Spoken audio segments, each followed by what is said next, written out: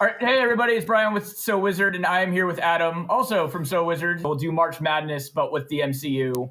We'll have the movies run down and figure out which one's ultimately going to win. So we are going to go through the first 34 movies. So this does not have Brave New World in it because Adam hasn't seen it yet. But I am behind on Marvel. That's completely fine. But we'll try. And one thing we talked about before we hit record, because we do agree on so many things, is there are some that I personally, and I'm sure, again, you agree, are going to be indefensible, but we're going to try to prop up ones we don't like as much as others, and the ones that we do like without just, being a Twitter thread, try to find things that we could criticize about it, hopefully constructively. Right. And I think that ultimately will be a good kind of back and forth because, I mean, for the most part, up until the mid 2020s, like, they never made a bad movie. The first 24, at least. And then it kind of had ups and downs and dips in quality. But we can just get into it now. We have the Outliers, Match 1, Guardians of the Galaxy Volume 3 versus the Marvels. I feel like this is a slam dunk. It's a slam dunk, and I couldn't even defend the Marvels if I wanted to because I hadn't seen it. I know that doesn't bode well for a movie podcast talking about a bracket. I kind of lost my interest, and it just seemed like it, even if I went into it with the biggest open mind, it's not for me. So my issue with the Marvels is this. The Marvels was the MCU's really the first foray that they did where in order to see this movie, you had to watch 2 other TV shows and the first Captain Marvel movie and Endgame. At that point, it's too much homework. You and I were talking about before we started recording. Brie Larson's an amazing actor. I feel like Marvel's just completely wasting her talents. Yes. While this was a better opportunity for Carol to be developed as a character, Guardians 3 is probably the best movie they've done outside of No Way Home, which we'll get to at another point in time. You mean post-Endgame? Post-Endgame, I was going to say Guardians 3 was a perfect cap for its trilogy. I mean, the casts, I say it in all my videos. I don't talk about politics or people's personal lives. I talk about movies. Whatever James Gunn tweeted, 12, 15 years ago is its own thing. But the fact that the cast was so united around not wanting to do it without him, and they were able to get him back and they were able to make it, and they probably delivered it's my second favorite of the trilogy. Okay. It gets dark, but okay, I see it. It gets really dark. But I think that's something that's interesting is where you think that you're going to have, because the first Guardians kind of came as a surprise. It opened and it was supposed to be like the super dark thing, and then they dropped Redbone's Come and Get Your Love, and then it kind of branched off into its own thing, which for better or worse kind of became kind of like Marvel's bread and butter for that formula between Joss Whedon's camp and James Gunn's camp. I also think talking about the Guardians trilogy isolated from everything else, they really nailed the execution of it because Guardians of the Galaxy was not a property that people were banging down Marvel Studios' doors to make. When they announced it, even like deep cut comic book fans were like, that? Really? What? I think you and I talked about it on our first.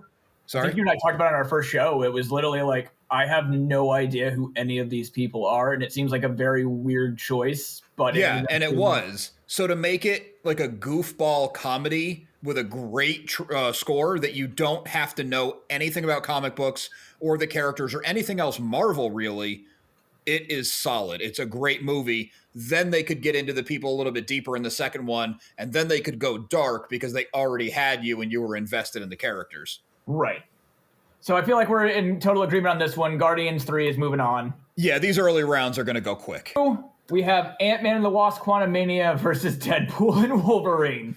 That's not even fair. I don't think Quantumania was as bad as a lot of people led me to believe it was gonna be. So, maybe it's because my Marvel expectations are 0 at this point. I think Quantumania suffers from over-reliance on the what's the technology called that they used for the Mandalorian and they used it for the Batman? It's like the vision, the view. The volume. The volume, thank you. Yeah. Because everything was shot, like, it reminded me of watching the documentaries for the prequels where you'd have, like, you and Hayden and Natalie being like, there's nothing to act off of. You were literally just in a box. I could see that. And it's overly reliant on visual effects. I remember when they announced it, I was going to say, for what it is, Jonathan Majors kicks ass as Kang. I'm very Yeah, I'm bummed. upset that guy imploded his life because he's a great actor. I was going to say, hopefully he'll have an RDJ level comeback at some point. Magazine Dreams is finally getting a release. I think that looks pretty solid. I know that they But pivoted. RDJ fell into drugs. He wasn't choking women. Well, I was going to say, although didn't he get acquitted or found not guilty? I don't really follow it. I thought he was found. If he is not guilty, I want to take that comment back because I don't believe in guilty when accused, but I don't want to get into a whole real world thing. He was a great actor. He was a good Kang. Yeah, Kang was definitely something, and now that they've pivoted, and now instead of getting Kang Dynasty, we're getting Doomsday next year, which I don't think is going to work, but we've talked about that in nauseum. On the flip side, both of us last year, I think for our 10 best of 2024, had Deadpool and Wolverine on the list. Yeah. We knew it was going to be interesting. I was going to say as soon as, I think it was like right after San Diego when nothing got announced, Ryan dropped a video on his Instagram. I mean, I ended with, "Hey, Hugh, you want to play Wolverine one more time?" He's like, "Yeah, sure." Yeah. Yeah, that one, I mean, I know a lot of people try to minimize it saying it's just fan service, but they served the fans so perfectly. I don't care. I loved it. Right. I think it's a situation where there's another movie that it probably won't end up facing off against. No, it's in a different bracket. So there's another movie, Multiverse of Madness. Everyone was expecting the multiverse angle and cameos to go a certain way, and Deadpool and Wolverine, I think, executed that in a better way than Multiverse of Madness. Ryan Reynolds, and that cameo scene was, I think, the only scene in that entire movie that I liked, not to jump ahead to another bracket, but man, that was the movie that broke me. That was the last Marvel I saw in theaters. Yeah, I still see it in theaters, but that was the one where I'm like, I don't think they know what they're doing, but we'll get to that later. Deadpool and Wolverine was it's moving on. Everything that I wanted a Deadpool movie to be. I was worried about it until I saw the first trailer. I think I was the second most profitable movie of last year, right behind Inside Out. It also did that thing where, like, maybe not every joke was great, but you only had to wait half a second until the next 10 jokes, so it didn't matter. It just kept going. I think that its cynicism worked for us because as fans, like you and I were just like, this multiverse thing isn't working out very well. I'm like, no, it really isn't. Thank you for saying it. So to have a movie to call it out and make fun of it, and it still found ways to surprise you, even in the fan service mode that it was. Right. All right. So now we're basically in the real tournament. Okay. Now we can start. So round one, Iron Man versus Guardians of the Galaxy 3. What are you thinking? That is tough. They're both good. I have to give it to Iron Man. Yep. Iron Man kicked off this whole thing. It resurrected Robert Downey Jr. It showed that Jon Favreau could make this level movie, which led him to The Mandalorian. And if you watch Iron Man, if they never made another Marvel movie, Iron Man is a solid 3-act, very stable, very rewatchable, good movie. So that's one of the things that I was looking at when I was making this bracket is in terms of rewatchability. Like Guardians 3 is great. It is a good conclusion. Iron Man is a perfect introduction to this wider universe, but it's also a perfect self-contained movie. Yes. The only thing about Iron Man that I can say is like now in 2025, because Iron Man 1 came out the year I graduated high school, so 2008. Yep. So for me, like you have dated technology, but outside of that, there's really nothing that I can. It's the indie movie that blew it into its own franchise, and without Iron Man, none of these other movies would exist. It was also a really good look at Marvel Studios saying, yes, we have a plan, but we're not going to throw up the pyramid tomorrow. We're going to lay the cornerstone. Right. Now the franchises are, how do we get to the next Avengers movie? It's like, no. Make a good movie, then make another good movie. Give me characters that I like that I don't need to bounce between a movie theater and Disney Plus, which has raised its rates 3 times this year, to get a cameo from one, like She-Hulk. The only thing I cared about for She-Hulk was the fact that they ended the trailer with Charlie Cox was back as Daredevil. I'm like, well, now I have to watch this. Yeah, that was a tough watch, but I did watch it. I watched the first couple, said this is not for me, and then watched Daredevil. Right, I was gonna say, but we're not. But She-Hulk's its own thing. So we're Iron Man's moving on. Yep.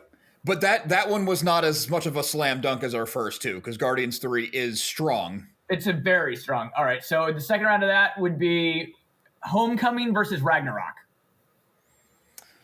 Oh boy, that is an actual tough one. This is actually a toss-up because this is when Marvel was printing money. I think both of these are over $1 billion.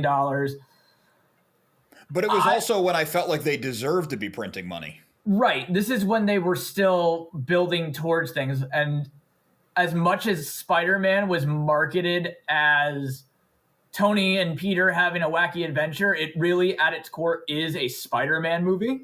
Yeah, he got to take the reins a lot more, where Robert Downey Jr. was more of a cameo, like the kind of the Force Ghost Obi-Wan Kenobi coming in just to offer some guidance. Right. He's only physically in the movie with Peter, I think, twice.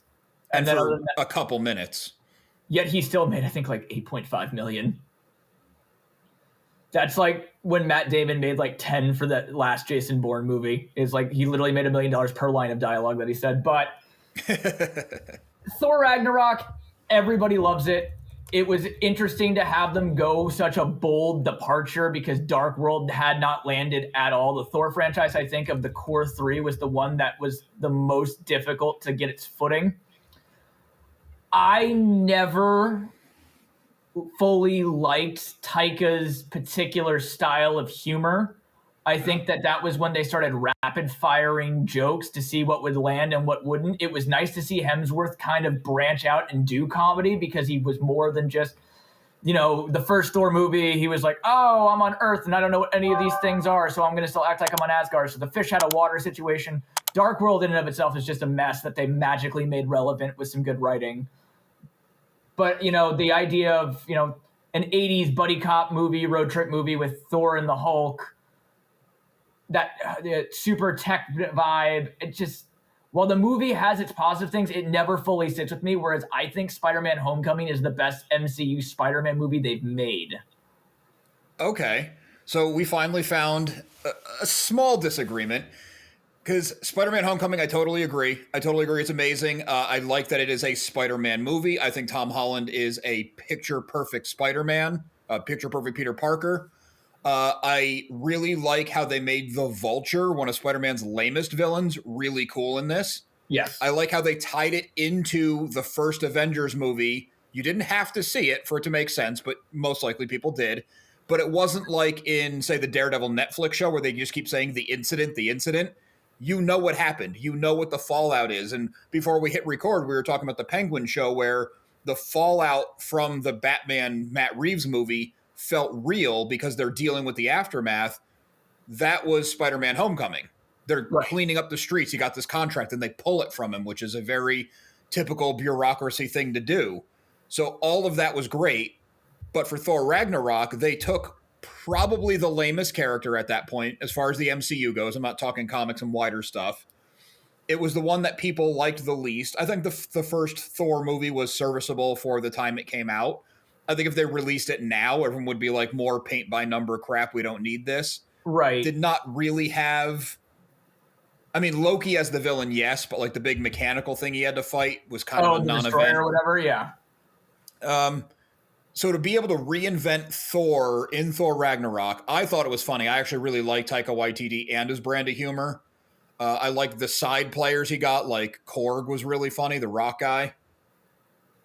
Yep, and to take the Hulk, who's probably head-to-head with Thor for people's least favorite hero in the MCU, and make them both cool. It's not really fair for Hulk, though, because of the rights issues, and Universal would never let them make a solo Hulk movie, so they have to find ways to bring him in team-ups of some kind. Right, but I don't think we need one beyond the Edward Norton one. I thought that was kind of the best version of a standalone Hulk movie. I'd agree with that. Until he's Smart Hulk, there's not really a movie beyond he's angry, he's mean, we can kind of redirect his anger. Right. So I would... mostly for the sake of us having a little bit of a disagreement, but also I do feel strongly about Ragnarok, I would go with Ragnarok on this one. So what happens in the event of a tie? I was going to say, in the event of a tie? Can we go on to the next bracket and revisit? We might have to barter. Yeah, we'll do that. We'll do that. So that one we're going to come back to. So moving down, we have Winter Soldier versus Black Widow. Winter All right, Soldier. I'm gonna. It's gonna be Winter Soldier, but here's my problem with Black Widow. Black Widow would have been a top 10 MCU movie if they had released it before Infinity War. Yes. And I feel like for a long period of time, up until they got the rights to Spider-Man, they were planning to. The fact that we got the Natasha movie, introduced one of the best new characters with Florence Pugh, who I can't wait to see in Thunderbolts, but to have all that after she's already dead, so there's no stakes. Yep. Is probably, I really think that movie was going to come out during the Sokovia Accord period, during Phase 3, which was always my biggest complaint. Is Civil War is this huge thing that breaks the MCU, disbands the Avengers, and there's never another mention of the Sokovia Accords until Infinity War. Yeah, I'm right there with you. I think Natasha Romanoff Black Widow was way better of a character than it seemed like she would have been on paper. Yeah. If that makes sense. I thought she was excellent. She was the glue of the MCU for a while because she kind of appeared in everything, but she never felt out of place. It never felt like a forced cameo. So to bring her movie in 3-4 years too late is kind of an embarrassment on the MCU's part. It was definitely a fumble. Yeah, a fumble. Bringing Florence Pugh, and her character was really good, and also I just want to see her and everything just because I want to physically see her. And then to bring in, I'm blanking on the guy's name, he plays Hopper in Stranger Things. David Harbour. David Harbour, yeah. He was also very good in that movie. That movie's just, it's a good movie, but it was one of the first straight-to-streaming MCUs, if not the first. Yeah, that was the biggest issue because Scarlett sued them. Yeah, and again, I'm trying not to bring real life things into the movies, but some of that stuff does taint it. You don't want to see the people who are making the thing you love get screwed over. The other thing about it, too, is the first two acts are this very espionage, Bourne-esque, Winter Soldier-esque, like, grounded reality thriller. And then the third act, they're in a flying fortress that, they're spraying red mist on each other. You'll tell quickly, Adam and I generally gravitate the more grounded, realistic. Yes. It seems weird to say that in comic book world. Yeah, but yeah, that's where my head's at. Winter too. Soldier, since the day that I saw it opening night, has always been the MCU's Dark Knight. It is everything that I want out of I didn't give a crap about Captain America. And after the first Avengers movie, he was the least interesting character for me. I love First Avenger for what it is. It's a period piece. We'll get to that. But to have and then the first Avengers movie is kind of where they fumbled him because it's just, on one hand, it wasn't, oh, what's this newfangled technology? What's this? There's a deleted scene that thankfully stayed deleted for that. But the Russos came in. They're like, we're going to base it off of the Iger Sanction, 3 Days Down the Condor, all these old gritty Manchurian Candidate. They brought in everyone that was basically the glue of the second phase. It disbanded S.H.I.E.L.D., so there was lasting consequences. The original plan was this was going to be where all of the core, the Avengers post the first one were. Renner didn't end up getting to film his moment because he was doing Kill the Messenger. But they had something planned for Clint. And then everything just works about this movie. It really does. All the espionage stuff you talked about, it is Captain America at his best. It shows what the character and what Steve Rogers really stand for. The fact that Bucky was this horrible Russian asset murderer, but Steve Rogers' heart, which is why he was picked to be Captain America in the first place, comes through and he's like, I am not giving up on this person, no matter how far gone I think he is. And it just works. The technology of it works with having the carriers triangulate to target the system. It is a comic book movie. It is way larger than life, but it's also the movie where if you have a friend who's like, I don't like comic book movies, they're silly, they're stupid, well, check this one out. Right. Yeah. So yeah, that's a winner, but I'm going to have to rewatch the Black Widow movie now that we're talking about it. I probably will before Thunderbolts in May because they got Yelena, they got David Harbour, and they got Taskmaster bat, but I don't think that Taskmaster is going to be alive long. I feel like Right. Thunderbolts is just going to be their version of Suicide Squad. Just better. Yeah, I'm less excited because I think that, but I do want to see Bucky back. Yeah, I'm always excited to see Sebastian. But if the Black Widow movie was put up against something else, it might have won out. But putting up against Winter Soldier is like putting Deadpool Wolverine against whatever. I don't even remember what it was against. Yeah. It just blew it away. Here's another one that kind of doesn't seem like a fair one. Thor: The Dark World versus Shang-Chi. I have very few positive things to say about Thor 2. The Dark World was another one, not quite to the. I mean, Quantumania was worse for sure, but I don't love Thor: The Dark World, but I don't know why people hate it so much. I think it's completely fine. It got saved in the later movies when you have the ether. The problem with Dark World is definitely the villain. You have like the Dark Elves, and I don't even know what the Dark Elves' plan was. Like, I still remember Winter Soldier, Alexander Pierce was going to use Project Insight to eliminate all threats to Hydra, which had been implanted in S.H.I.E.L.D. the entire time, so that they could have global domination. Fair enough, yeah, because I couldn't tell you what their plan was either. Right, I have no idea what the memory of it is. It was, Natalie Portman goes to Asgard, and now she's the fish out of water. Thor, I think it was a situation where they were trying to capitalize off the Game of Thrones success. And that's why they were high trying fantasy. to do, that like grounded fantasy type deal. And I know that, again, there's behind the scenes drama. Patty Jenkins was supposed to direct it. Portman pushed for Jenkins. They ended up passing on her. Portman almost quit. Oh, I didn't know any of that. I just thought it was a completely middle of the road movie. Right. It was just another. It's still early with Marvel. They were still finding their footing. And Thor was such a weird character. I remember there was a couple of documentaries I've watched about, and it's the Inside the MCU book. Thor was always the character they were so nervous about bringing in, because if Thor doesn't work, you can't bring in the Tesseract. You really can't do the Avengers without Thor. It is pretty remarkable because you see it happening in current MCU.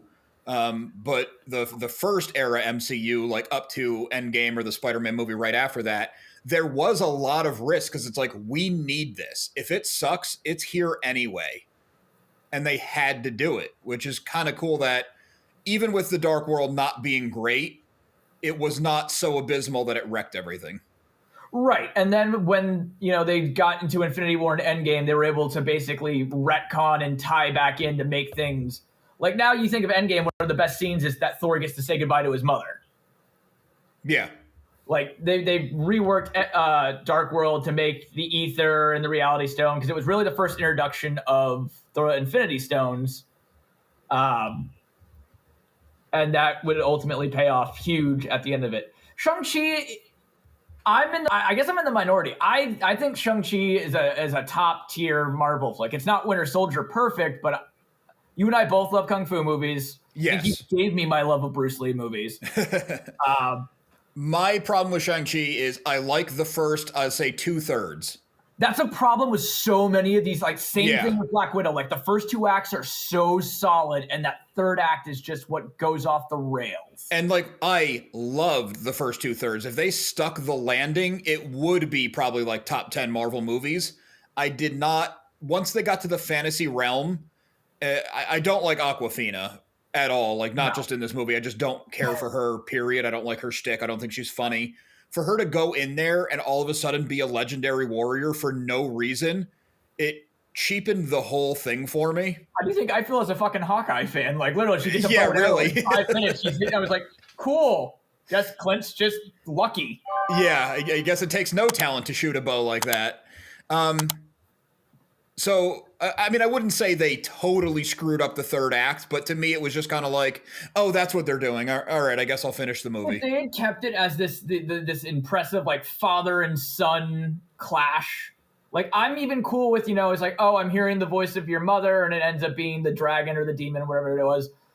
And they just have that cool Dragon Ball Z level fight with the rings and the fact. But I also think they should have kept it more Chop Socky movie. They should have kept it more Jackie Chan than Crouching Tiger. Right. I could agree with that. But I mean, you also have to understand, like, modern fight scenes in general, unless you get into like the John Wick franchise, they're not given the amount of like respect that they had back in the day. No, but what was cooler? Was it cooler seeing Neo fight Agent Smith in the first Matrix movie, or when it looks like a PlayStation 2 game and he's spinning around with a pole with cement on it. Oh, 100% agree. Yeah, so that's my issue with Shang-Chi is that one, Aquafina like is saving the day for no reason, and two, it looks like a video game rather than like the bus fight scene. Awesome, do that bigger for the finale. You got the Fight Club scene where he fights he fights his sister, and then the ninjas attack the both of them. That's awesome. Yeah, that's what I wanted to see in a martial arts movie. I didn't want to see the flying and stuff. And again, it might sound silly saying with a comic book movie and they had to get into the rings. That was the whole point. But and I feel like there was a way to Mandarin balance it better. And I was gonna say, well, is he coming back? Is who? Shang-Chi. He better be in Doomsday and Secret War. Like, because people really liked that movie. I'm shocked there hasn't been a sequel already. There was supposed to be, and then the director got tasked with, Doomsday. No, he's not doing Doomsday and in Secret Wars. The Russos are now. He was going to do Kang Dynasty, but I was going to say now they're all. They need to. Simu's great in the role. Yeah, he's a good actor too. I like him.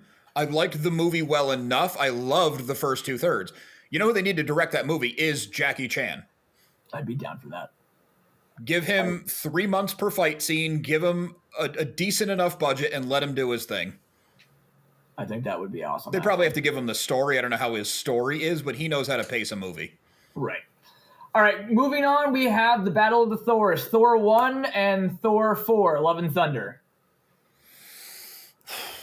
This is another one, and this might sound crazy with me kind of being over the MCU, but Love and Thunder I don't think deserved all the hate that it got. I already said I don't like Taika Waititi's style of humor. Like, okay. in Ragnarok, it didn't stick. Like, the moment I knew that I was going to be over his style of humor was at the end of Ragnarok. They're watching Asgard get destroyed. Thor has let his home get destroyed. He's accepted, his limits. He's accepted what needs to happen. And then the planet blows, Korg comes up to him and is like, oh, as long as the foundations are there. And I'm like, it's going to blow up. And then the planet blows up. It's like, oh, those foundations are garbage. We can't use that. And I'd be like, you're not giving any moment of drama its ability to sink in. You're just immediately counterpointing it with humor. Okay, I see that. Yeah. Let us sit in the sadness for at least a minute before you dismiss it. I was going to say, I'd be like, the dude just got his eye cut out by his sister. He just destroyed his home planet. His father's destroyed. His hammer's destroyed. Like, he's lost everything, and it's just joke. Yeah, that one probably should have been more of an Empire Strikes Back kind of ending. You're right. You are right about that. It had to lead into Infinity War. Yeah. Because that's the other thing about the tonal shift based on who's writing Thor is what when the Russos were writing Thor in Infinity War and he was just vengeful and he was humorous still, but he wasn't cracking jokes every 8 seconds. Well, they also could have had their cake and eaten it too, where if Thor was sitting in the sadness and the audience sits in it with him, and then kind of over on the side, Korg is making his one-liners to somebody else that's not Thor. Right. It would have sold it a little bit better because then the audience can feel a little bit better walking out of the theater where they're not depressed leaving a Marvel movie. But Thor is depressed as the character. He's not making jokes about his planet being destroyed. Right. And then, okay, so I see that. The caveat I have to give. That up to 10. Like, I was going to say, I like the opening. I like when he's still working with the Guardians. I feel like they got Christian Bale to be Gore, and I feel like there's a lot. That was another. We talked about Brie Larson being wasted in the MCU, and you got Christian Bale. Yeah, that was a waste. I was going to say, I feel like there's got to be either he was just like, well, my kids want to go to this private school, and I got to make a payment, or it was like, I want to do something different, and then by the time you actually get to the moment where it's all happening, it's just the director and him have different visions. He's like, well, the director's vision is going to pan out. Yeah, he's like, that's not really the role I signed up to play, but here we are. Right. And then the first Thor, Kenneth Branagh brought that whole Shakespearean class to it. I think you and I... No, I had just moved. Up here, so we didn't see the first Thor together. I remember liking it enough. We kind of talked about it a couple brackets ago. I liked it enough. It's fine. It's not one that I think to rewatch very often unless I'm going to, let's watch them in release order. But I guess Love and Thunder I've also only ever seen one time, so. I mean, I'm it introduced Jeremy Renner to the MCU, so I got to give the edge to the first Thor. It was a cool introduction too, because they kept some mystery around it. The caveat I have to give to Love and Thunder was Natalie Portman's arc. I thought was really interesting. Yes, I will 100% concede to that. And without going way into it and looking for pity points, I was similar going through something. So right, I was gonna say, so that was that year when I saw it, so it probably resonated more than it would have a year before. That, like, when they brought her back, and I was like, well, in the comics, I knew about her, how she was having it all go down. I was gonna say, all right, so here's where I think we'll make the concession. I will give you Love and Thunder for this round if we move Homecoming to the left for that other bracket. I'll go for that. I'm not like the biggest Love and Thunder defender, but I also like Homecoming a lot, so I think that's a fair trade.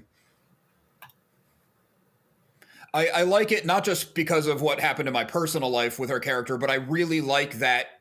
I guess it's kind of a trope in stories where this is bad for me, but I need it.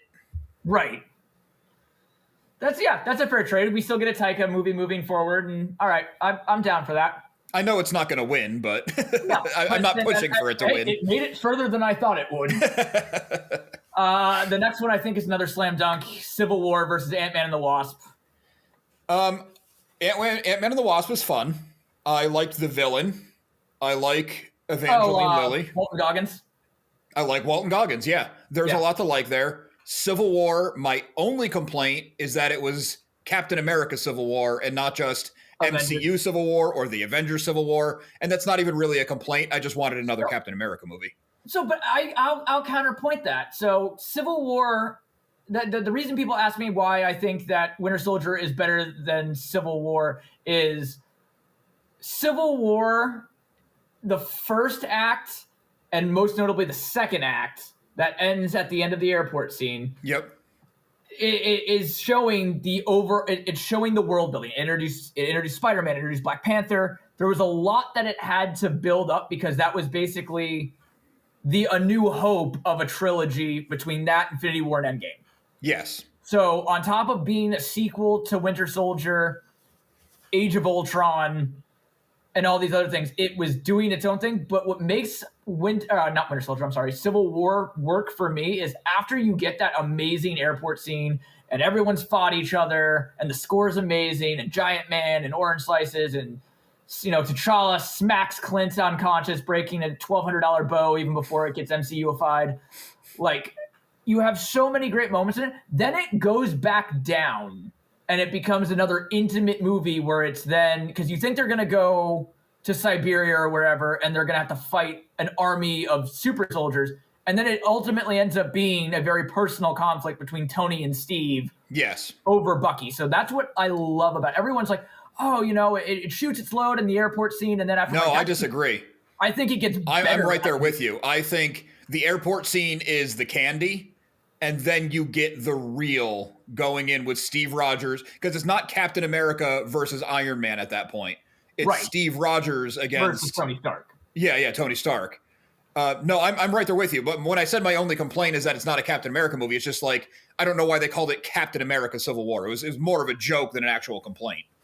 I mean, the idea was it was supposed to be his perspective, but it was just as much Iron Man's or Tony Stark's perspective. Right. I think that was one that it was originally supposed to be something different. They got the rights to Spider-Man. They say retooled the script.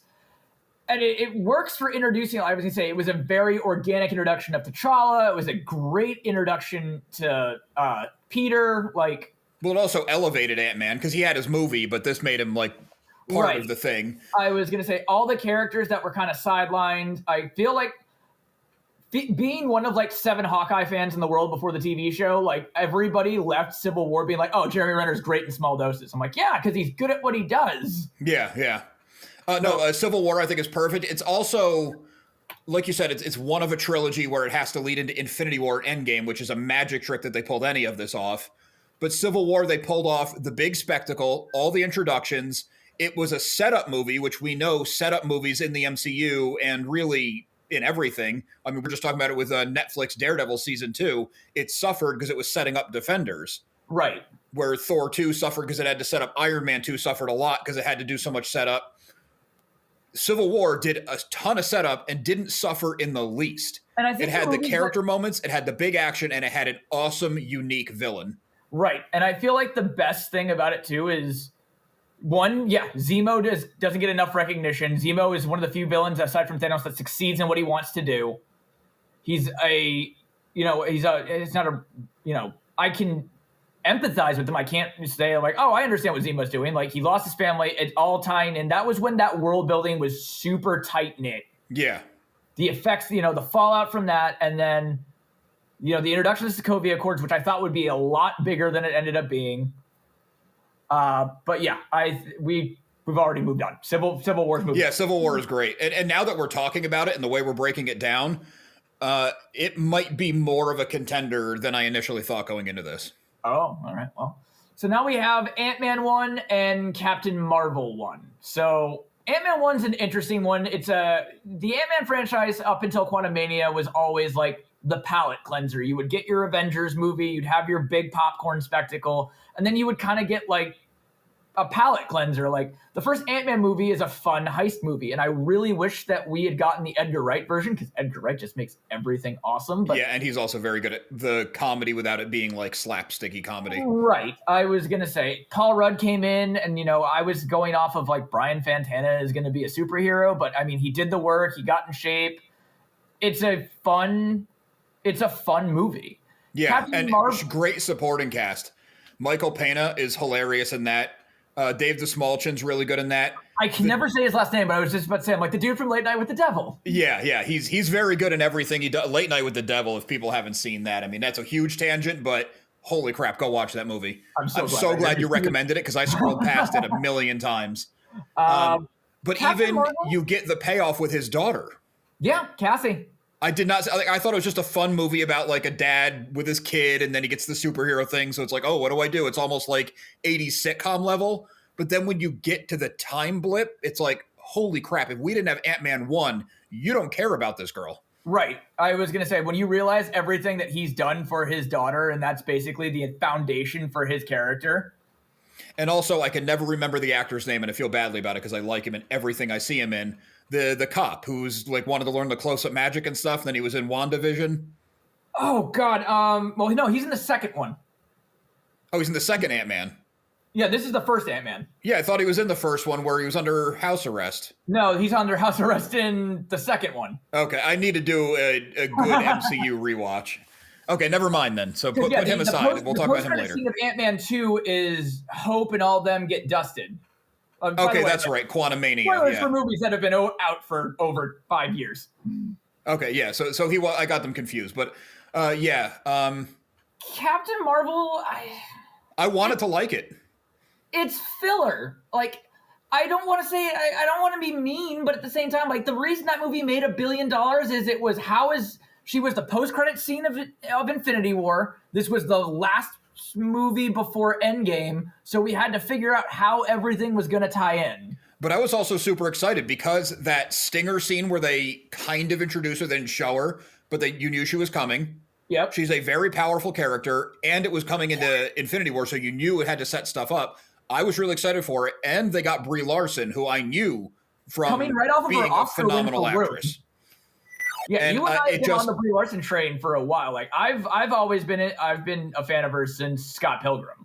Yeah, and then Room really like solidified it. Free Fire, if you haven't seen that, it's another great one. Yeah, I was all on board. I was really excited, and I won't say filler. I think the movie was lazy. It doesn't.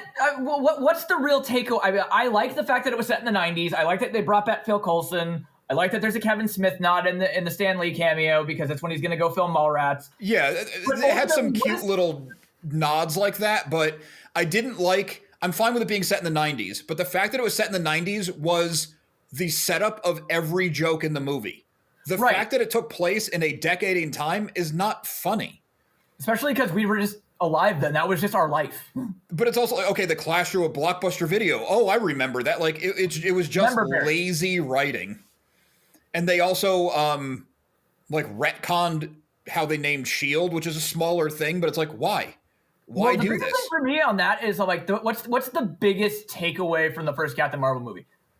Fury, in Winter Soldier, I'm like, the last time I trusted someone, I lost an eye. He got scratched by a cat. Yeah, I thought that was a bad payoff. I thought it was lame. The cat being some big dangerous alien. I'm like, oh, the cute little innocent thing is scary. Like it was like an 8th grader wrote it. Every single thing and I'm was. sure that there's flurgans in the comics and things like that. And but I mean, if you look at it from like Adam and I like comics. I read comics for certain things, but at the same time, like I haven't read every comic ever. No, definitely not. So yeah, I wanted to like it. I thought it fell short across the board, and it also gave me vibes of like the worst Superman stories where his powers fluctuate based on what the story needs them to be at the time. Right. No rhyme or reason to it. So yeah, that was my least favorite MCU movie until we got past Endgame. It's in the middle for me. There are things I like and there are things I don't like. But yeah, Ant-Man was a surprise hit. Well, this one, I'm curious to see your positives on this. Captain America, the First Avenger versus Multiverse of Madness. No, it's Captain America. Like I said, I don't know. Were we recording when I said that Multiverse of Madness was the one that broke me? I can't. I don't know if you were or not, but yeah, Either way, I'll say it again because it's true. I hated that movie. I hated sitting in the theater for it. On the way out of the theater, because I saw these movies with like my core group of friends that I've had since high school. On the way out of the theater, I said, "Don't call me on the next one. I'm done." Yeah, it was the one where I was looking like because so many people had been like all the leaks and scoopers, and they're like, oh, they got Tom Cruise to be a variant of Tony Stark. Oh, they have this. All the things that Deadpool and Wolverine did right, this movie did wrong. And on top of that, like, I'm not the biggest Wanda Maximoff stan. I like Elizabeth Olsen. I think that there's been interesting. It completely retcons its own show about grief. Yeah, it trashed its own franchise. And it was just bad. Even the ideas they had that were good were executed terribly. And then there's like that whole weird fight scene with music notes at the end. I'm like, this was never part of anything. So none of it added up to me. None of it made any sense. And the acting was atrocious. I remember when Wong yells, "Fortify your minds." My wife started crying. She was laughing so hard. And she's like, do we have to sit here for the end of this? This is such a piece of crap. So it's interesting because, again, like I follow development of things a little bit more closely. I used to. I had to tap out. Scott Derrickson was originally coming back, and I remember him at Comic-Con one year being like, we are making the first legitimate horror movie. And originally Nightmare was going to be the bad guy. The multiverse hadn't been announced Wasn't yet. Sam Raimi set to direct at a point? Yeah, Sam Raimi did direct it. Oh, well, never mind. I was going to say that would have made it better, but no, it didn't. Sam Raimi does great horror movies. Look at The Evil Dead, Drag Me to Hell. Oh, yeah, I like him a lot. Everything on paper about this movie, I was pumped. I went into this movie excited. I did too. But on the flip side, we have Captain America, the First Avenger, and we did see that together because I moved up here, but I drove back to see that with you. And that is one that I think is the total opposite of Multiverse of Madness, where a lot of it was, I don't know if I care about this. Oh, they're setting in the 40s. That's weird. Captain America is kind of a two-dimensional character. No, he's not. Like, that one worked despite everything kind of being stacked against it in a way where Multiverse of Madness had everything going for it and squandered it. Because I remember, it's weird that it's this long ago. I remember the first poster came out and it's him on the battlefield with the shield, Avenge across it. I think you have a reprint of that poster. You found me that reprint and I still have it in a frame. Yeah. It was one of those movies where, we were just like, originally having Steve Rogers I thought they were going to jump into the present day and he was going to be like, what's this newfangled Wi-Fi? And I can't understand this. And all the jokes that like college humor videos made. Getting Joe Johnson to do it off of The Rocketeer, off of his experience with Raiders, perfect director choice. Yes. I also like that it didn't jump until the movie. 99% of that movie is in Steve Rogers' 1940s. And you spend a lot of time with Steve Rogers before the serum. Right. You get an okay amount of time. Rogers as a human before he gets the steroids. He has amazing chemistry with Haley Atwell. He has great chemistry with Sebastian Stan. Oh, it also introduced me to Haley Atwell, which gets it a ton of points.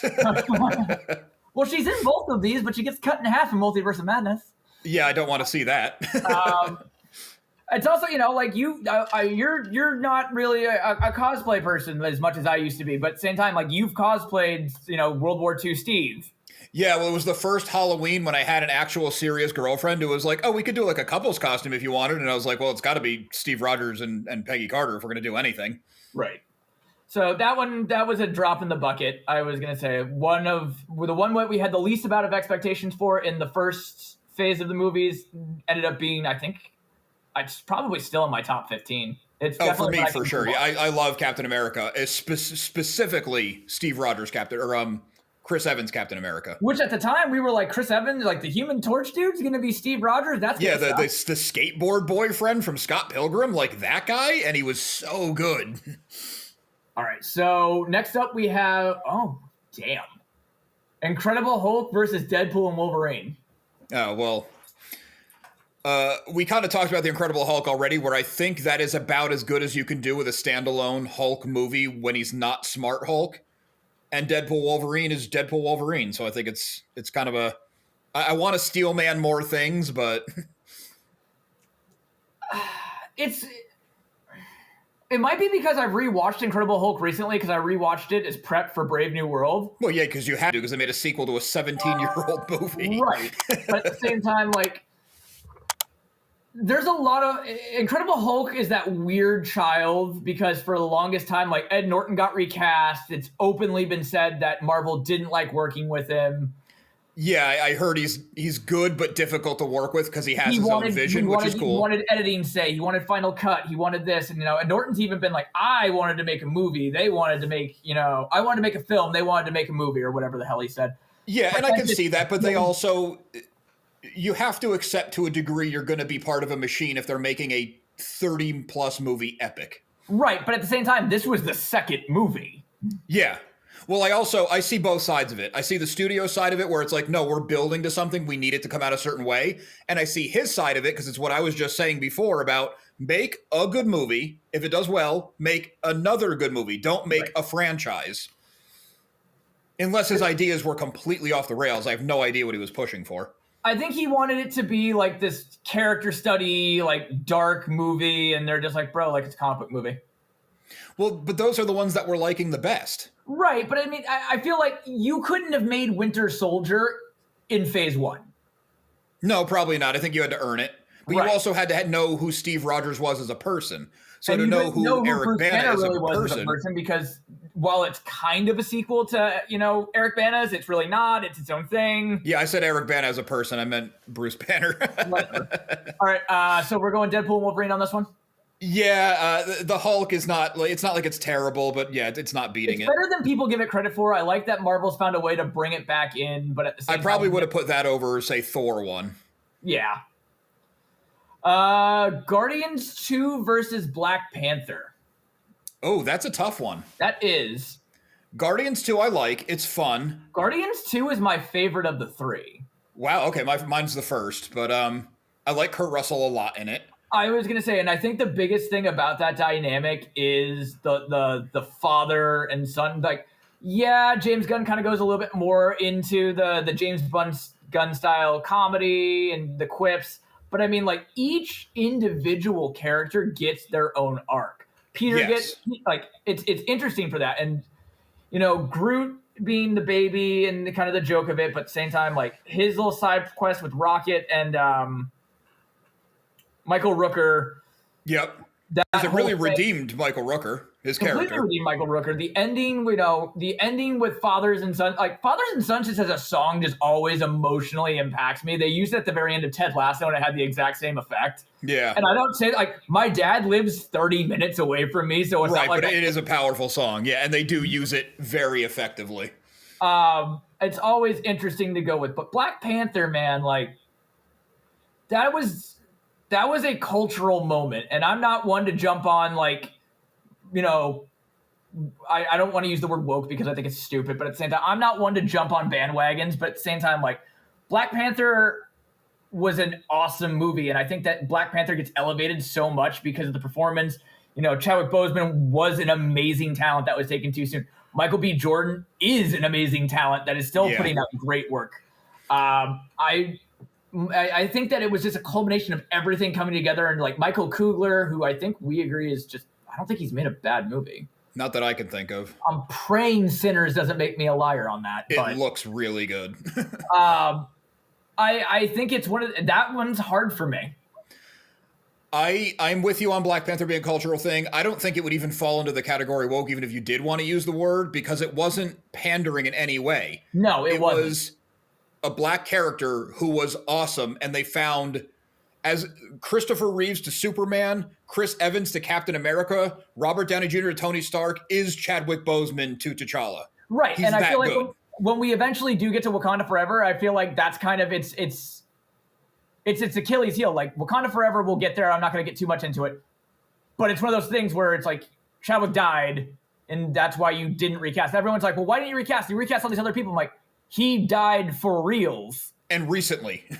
Right. I was going to say, and I was like, well, you know, William Hurt died and they recast him as William Hurt died and they recast him with Harrison Ford. I'm like, yeah, but like he wasn't the old, like Sam Elliott was also Thunderbolt Ross. I can't imagine another person wanting to take on the responsibility of being. It was also years later. Like Chadwick Boseman was a very fresh wound, and they were like, do we even make this movie? Right. It was also a surprise. He didn't tell anyone he was sick. In general. What's that? He had to completely rewrite the script. There was a completely other version. Yeah. And I know we're not talking about Wakanda Forever right now, but to talk about Black Panther, not only was Chadwick Boseman that good, but that's another one where every little supporting character killed it. I don't know the actress's name who played his sister. She was great. Shuri was great. All of them are. Yeah, the two women who he's kind of like in the love triangle with, both excellent. Even Martin Freeman coming in as the outsider, very good. Andy Serkis. Yeah, Andy Serkis is always good. Yeah. But I think the biggest crime of that movie, and of course it's only because of hindsight, is they should have locked up Michael B. Jordan so that he could take over as Black Panther. Right, and it's one of those things. Give him his redemption, but that's obviously hindsight. They had no idea. Right. So I would vote Black Panther on that one. I would go Black Panther on it, yeah. And like you said, it is a cultural moment. It's a thing. It doesn't speak as much to us, even though we appreciate it as a good movie. But what it meant for to people other it spoke to, I think it was very important. Guardians 1 versus Far From Home. And I think we already know where I fall on this. I forgot to put Far From Home on here twice. Not that it's a bad movie. So Far From Home is a movie that was post-Endgame. It was the epilogue. I liked Tom Holland. I love they were able to get Mysterio to work and not be stupid. I always thought that Mysterio was a weird character, but they found a way to do it right. I think it has a little bit too much of a tie-in to Tony Stark, and that's always been the Achilles heel of the first couple Tom Holland movies, is they're all like, Tony Stark screwed me over, so now I'm going to take it out on this kid. Yeah, I really like Far From Home. The big part is I like Jake Gyllenhaal. I know a lot of people hate him. I think he is tremendously talented when he's given the right material. Yes, Southpaw, Nightcrawler. Yeah. If you don't like Jake Gyllenhaal, just watch Nightcrawler alone. I mean, he's a skeevy character, but the acting is great. Prisoners. He's a very good actor. And like you said, Mysterio is a really lame kind of dated villain that they updated and made cool. I really like Far From Home, and if it was up against, I wouldn't say anything else, but a lot of other choices, that would be my vote. But Guardians 1, like we kind of already covered, it was a movie that probably should not have been made, let alone not have worked, let alone not have been some people's favorite. And then led on to be arguably its like second strongest trilogy. Yeah. So Guardians even 1. As a standalone movie, if you're just looking for a movie and not like a franchise, it's a fun one to put in after work. So I hate to see Far From Home not have another shot, but that's the bracket. Way the bracket works. Yeah. Iron Man 3 and Eternals. Oh, I mean, come on. Yeah, I can't steel man Eternals at all. It was horrible. So that's all right. I'll steel man Eternals. Eternals is a movie that was ambitious. It is a movie that is well made. It's well shot. But the problem is you're introducing an entire team of people that are literal gods that have existed throughout the entirety of the time that has been going on with the MCU. And I mean, like, which led to the first question. I'm like, well, where were they during the whole Thanos thing? They just brushed it off, like, not our problem. Yeah, it had a lot of things like that I know you have to explain it, because you could make the same argument watching, say, Far From Home. It's like, well, why doesn't Hulk show up and help? Like, you could make these arguments a lot.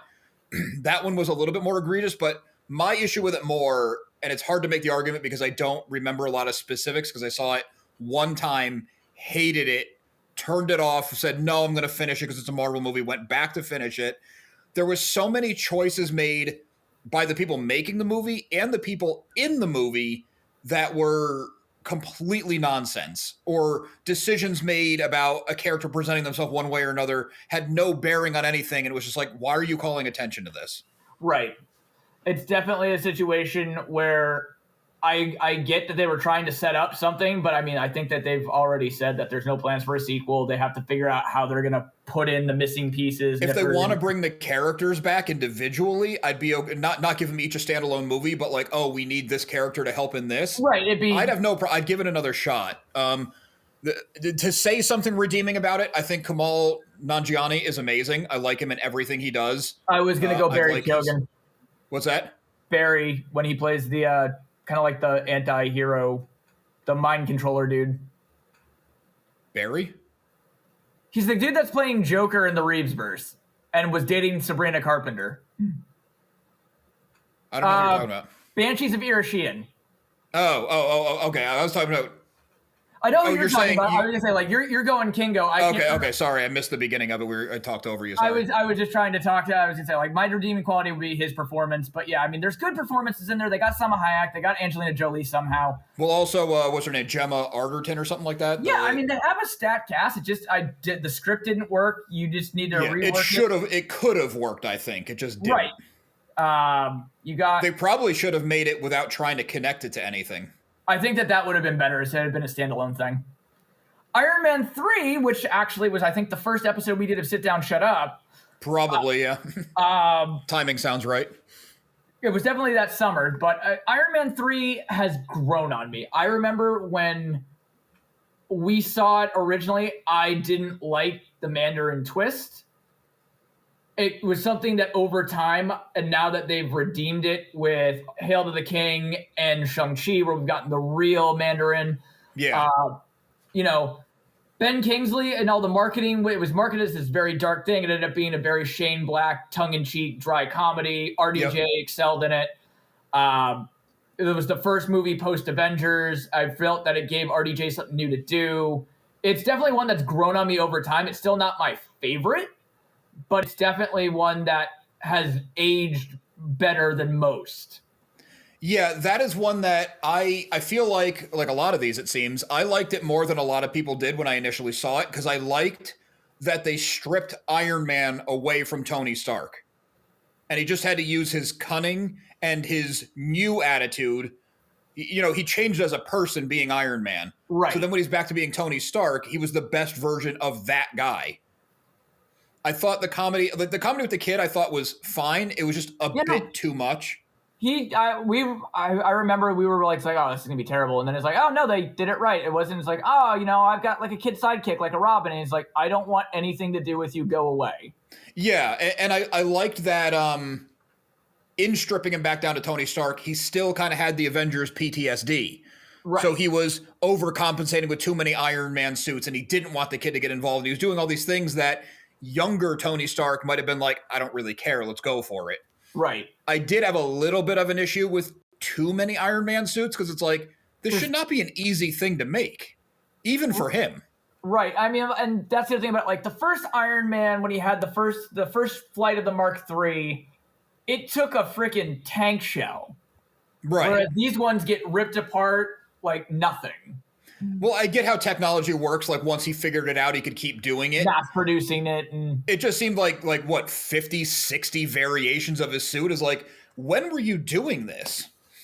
How much time has passed since the Avengers? Yeah, and Gwyneth Paltrow is just awful.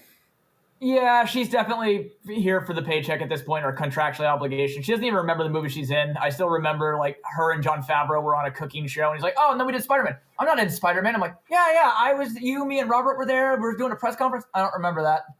The only thing, and as much as I just said I don't care for her, the only thing I can give her a pass on is she probably comes in for like a 4-day thing where she shoots 5 scenes for 5 different movies and has no idea where they're going. Right. And I think that that's how they were doing it for the longest period of time. And I understand she's important. Pepper Potts is there to be important for Tony's character.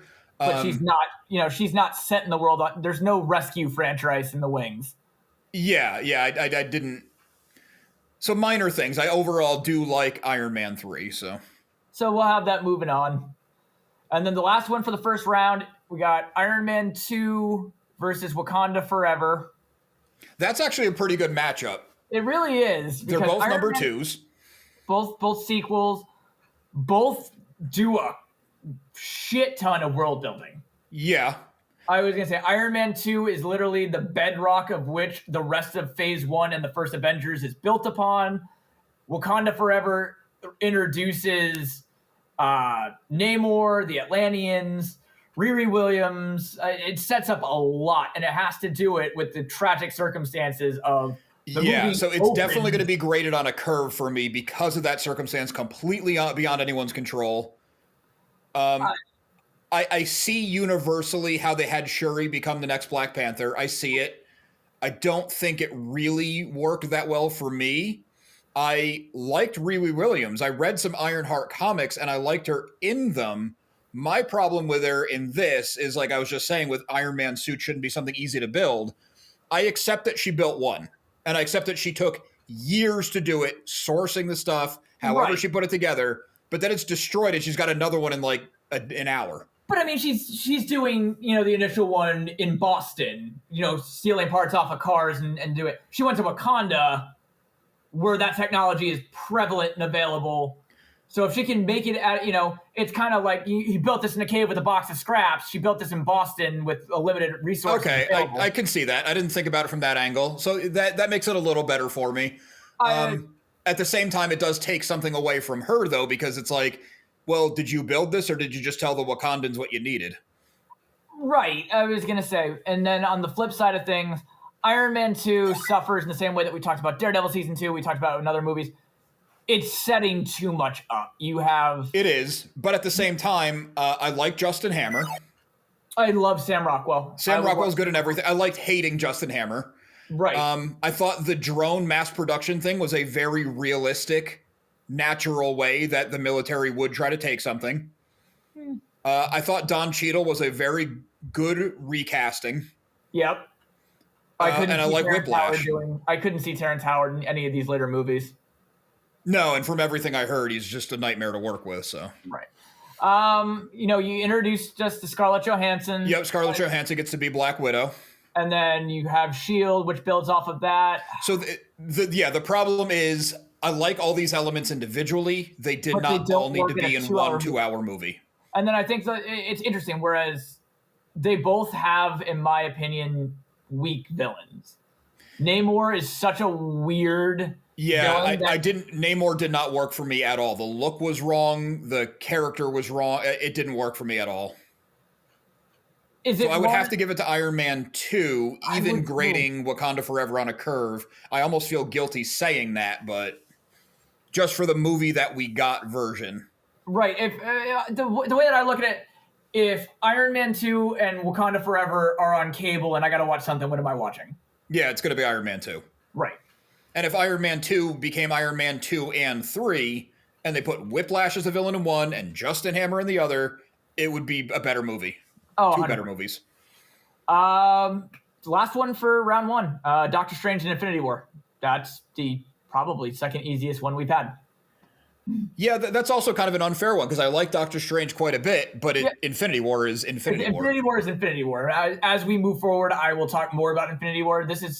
Doctor Strange is the one that really went into genre. I was going to say it was directed by a horror director, and it has very good horror elements. It has a good supporting cast. Benedict Cumberbatch is great as that arrogant vein. He's I always thought he was just going to do an RDJ clone, but he did his own thing. He isn't, he's brash and he's arrogant, but in a very different way than RDJ plays his. And that's why when the two collide in Infinity War, it made for some of the best scenes. it was also a superhero origin story late in the game when people were exhausted by hearing the same origin stories and was not the same old origin story. Right. I was going to say, and it introduced, like Thor had elements of magic in it, but they kind of was like, well, you call it science, we call it magic. This is just flat out magic. And that was really the last thing that was missing to bring everything that would be needed for the culmination with Endgame and everything else. Yeah, Doctor Strange, I think, is a strong character, strong movie, which is, again, to go back a little bit, why I was so pumped and then so let down by Multiverse of Madness. But Infinity War is Infinity War. So, again, it's just the bracket kind of screwing Doctor Strange. We have Age of Ultron versus Endgame, which isn't really fair, but I have 2 points on it. So, I'm giving it to Endgame, but Age of Ultron, while the weakest of the 4 Avengers movie, is actually a movie that's gotten better with the other movies. You now see everything that Tony was fearing in Age of Ultron come to culmination in Infinity War and Endgame. His meltdown with Steve at the beginning of Endgame, where he's like, I said this was going to happen. You'd say we did it together. You weren't there. It doesn't do justice to Ultron. I've heard he might come back in another project. I think it might be the Vision show. I say let it go, but...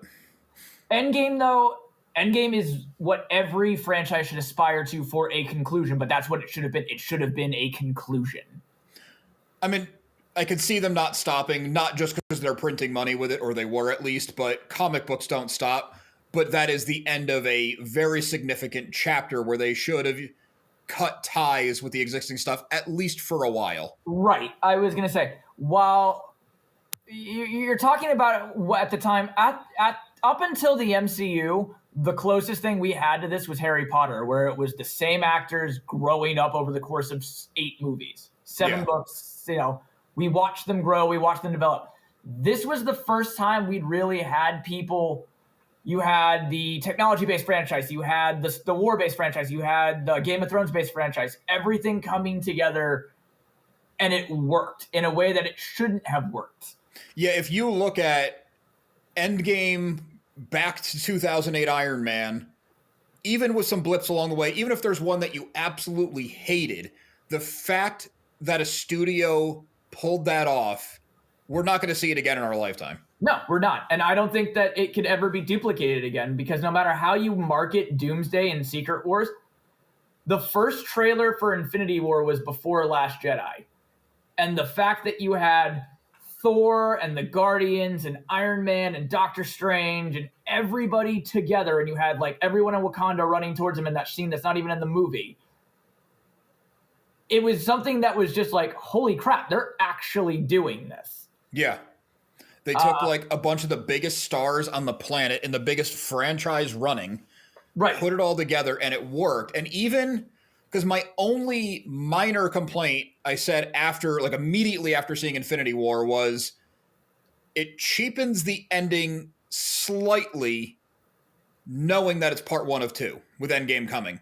But it really isn't. So that's the fun thing about it. So originally this was going to be like a part 1, part 2, and then they renamed them to Infinity War and Endgame. And the reason Kevin Feige said, like, they're continuations of a story, but Infinity War isn't a part 1 in the way that like Deathly Hallows is a part 1. Deathly Hallows part 1 ends with him getting the Elder Wand, and he's like, oh my God, I'm going to go kill Harry Potter or whatever. Right, but it's the same. It's a direct continuation, the same exact story. It's not another chapter in the franchise. It has a conclusive ending. Thanos wins.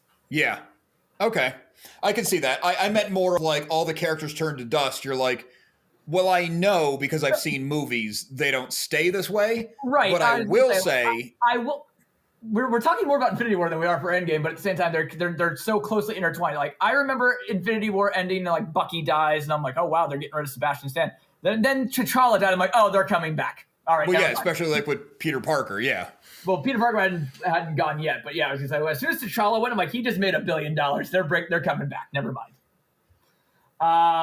But the thing about Endgame that I'll give is because both of these movies have something really unique to them. Age of Ultron has a very bittersweet moment because that is the last time all 6 original Avengers are together.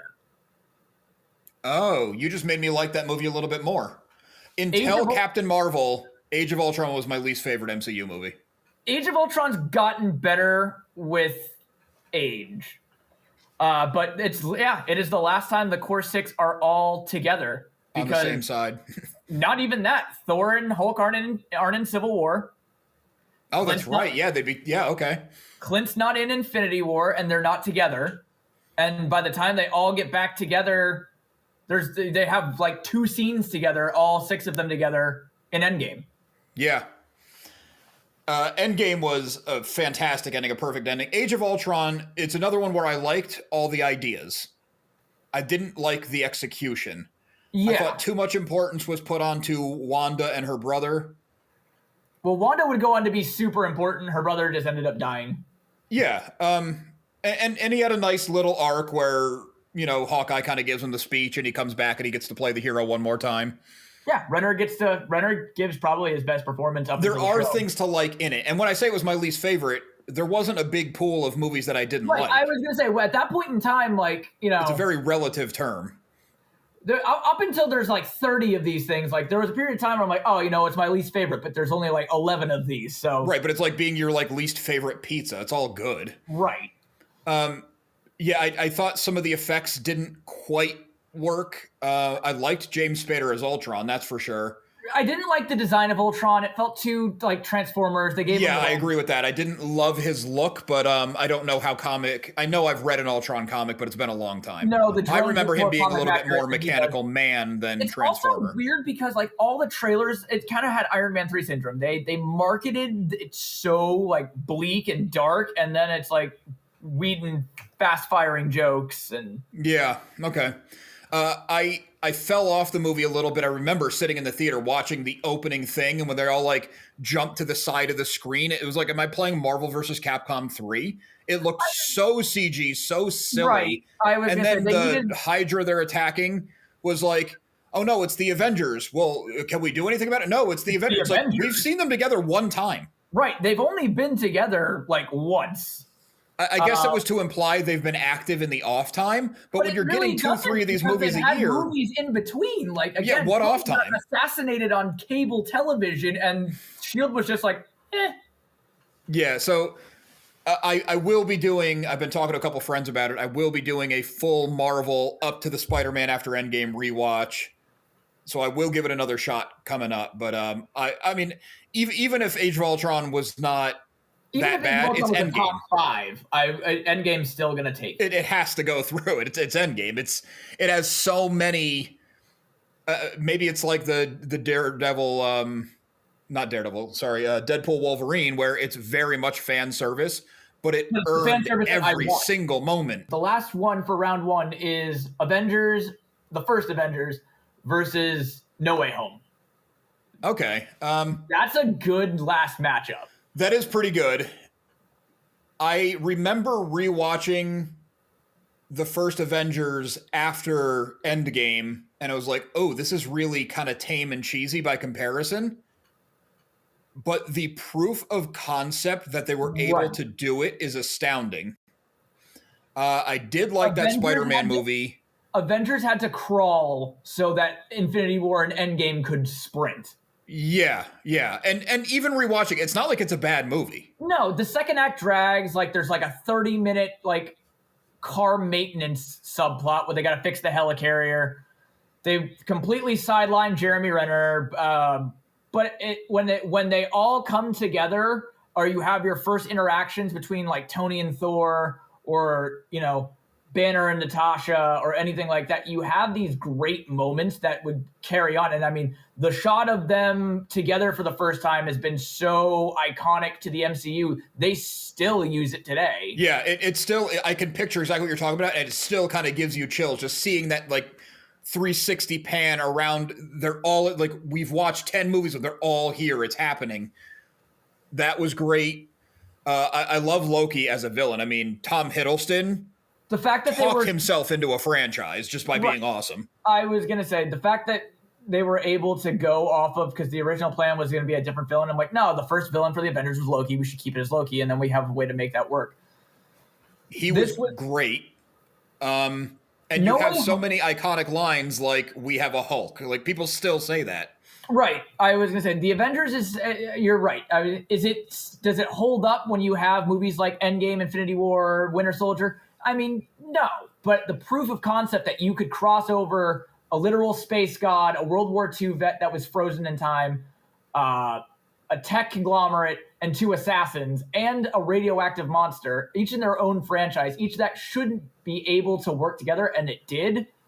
Like it's absurd. Like, and I would say it does hold up. Is it the CG is a little bit dated? It's a little bit slower feeling. There's not as big. It's not as grand, but it felt as grand at the time. But it does still hold its own. Nobody expected Avengers to crush the summer that it came out. Well, I think everyone, even fans, were kind of waiting to see, like, are they going to be able to do this? Right. At that point, the idea of Avengers working was sticking the landing, even though, the day after Avengers opened to records, Feige was already planning Endgame. But then on the other side, had to be planning.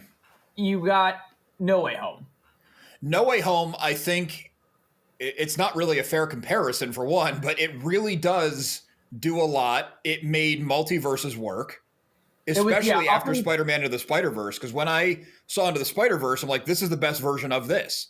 Then they did No Way Home, which I wouldn't say is better, but I would say it's on par for a live-action adaptation of that. Well, not adaptation, but a live-action similar telling. So No Way Home, I have to look at from two perspectives. As a Spider-Man movie, it's relatively strong. It's about Peter Parker. It has probably the most heartbreaking ending since the first Avengers. Or I'm sorry, the first Avenger, the first Captain America movie. But the thing that everyone remembers from No Way Home is getting Toby, Andrew, Willem, and Alfred back. Yeah, it was almost like the stunt casting elevated it, even though it was kind of a gimmick. Right, I was gonna say, but at the same time, like, you're right. In a what is known as the multiverse saga, when the multiverse is only panned out for them considerably, like twice, I don't see a situation where if you remove bringing back Toby, Andrew, and the rest of them, does it work still as its own thing? If you didn't have that nostalgia, probably not as much. It's hard to use my wife as like a barometer for it, but she's a much more casual fan. And when she watched it, she liked it enough. She thought Jamie Foxx did good because she didn't really remember him from the Andrew Garfield ones. She had seen at least one of the Tobey Maguire and the Andrew Garfield ones because I made her see them, or I watched them with her. I should say I didn't force her. But she didn't have like that connection. For her, when they came out of the portal, it wasn't like, holy crap, they did it, he's here. She was like, okay, that guy's also Spider-Man. Right. And I mean, like, I got to see it opening night with one of my best friends, and she and I were there. And while my biggest hell yeah moment was Charlie Cox coming back, to have an audience there for when Andrew stepped out of the portal and then Toby stepped out of the portal, it was definitely something that, like, the fact that they brought back the original themes, like you heard Danny Elfman's original Raimi theme, and it's just like, oh god, this feels so right. This feels good. It's hard. I will give it to the Avengers because without the Avengers, I don't think the rest of this happens. You might have gotten self-contained franchise. You would have gotten more Iron Man, more Captain America movies. Hawkeye and Natasha would have shown up every now and then, but like, it would have drastically changed the course if that movie didn't work. Right. Where if this Spider-Man movie never came out, it would have been kind of... It would have sucked. It's a bummer to not let those people come back and kind of get their due, because I know Andrew Garfield wasn't well received, and Tobey Maguire was kind of made a laughingstock after Spider-Man 3. So to bring them back, do them some justice, give fans that moment, I appreciate it as a long-term fan, and that's who it was made for. It was not made for my wife who watches them enough and doesn't really care. It was made for those hardcore people, but if you remove the nostalgia, like you said, it's not as powerful, especially because the Tom Holland Spider-Man does not have his own villain in the story. Right. He's only fighting people from previous franchises. Which doesn't ruin it, but it just seems like they kind of dropped the ball on it. They're like, oh, we missed one. Right. So yeah, it's got to be Avengers for me. Nothing against that Spider-Man movie. So that's round one. We will be back to finish the bracket. We will release them in parts because I don't think anyone's going to sit here and watch us do a 4-hour MCU bracket. Right. So no, I think that's smart. thanks for watching. Click whatever video pops up to get more from So Is.